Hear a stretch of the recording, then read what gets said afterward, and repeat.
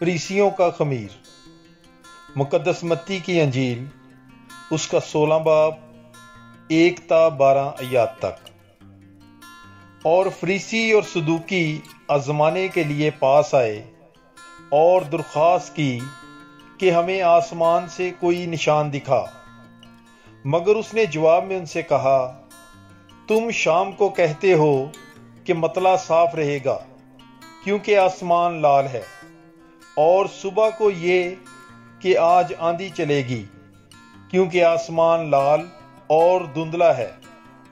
तुम आसमान की सूरत में तमीज करना तो जानते हो, मगर वक्तों के निशान नहीं जान सकते।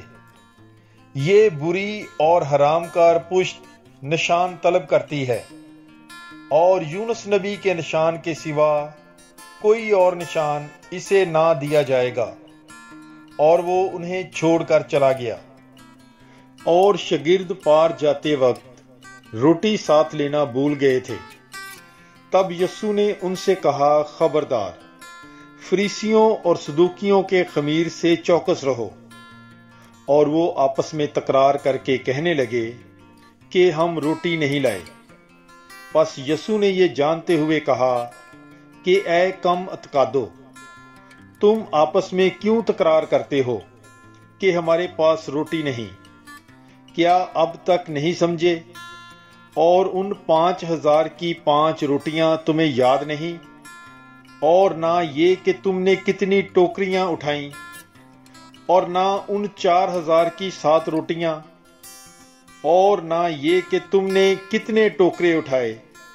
क्या वजह है कि तुम ये नहीं समझते कि मैंने तुमसे रोटी की बाबत नहीं कहा कि तुम फरीसियों और सदूकियों के खमीर से चौकस रहो?